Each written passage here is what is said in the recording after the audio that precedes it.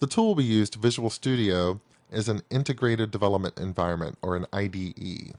The goal of an IDE is to put together all of the tools and functionality that you need to build an application into one place to make it very easy to get to the things that you need to do.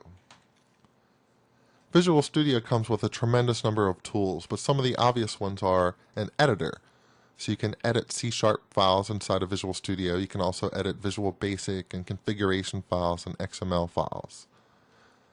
Visual Studio knows how to run the C# compiler, or more importantly, it knows how to instruct projects to build themselves, and then it's the projects that can in turn run the C# compiler.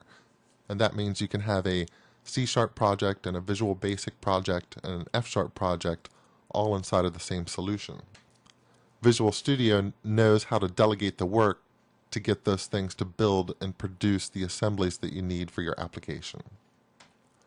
There's also a debugger inside of Visual Studio, so if something isn't working right in your application, you can press F10 and step through the code inside of your application line by line and inspect variables and see what their values are and see what each statement and expression in C# is doing. There's also a variety of testing tools inside of Visual Studio.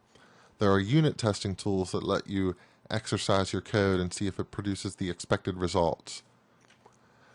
And some versions of Visual Studio even let you test web applications so that it can automate the sending out of network requests and processing the response and making sure that it sees the expected HTML.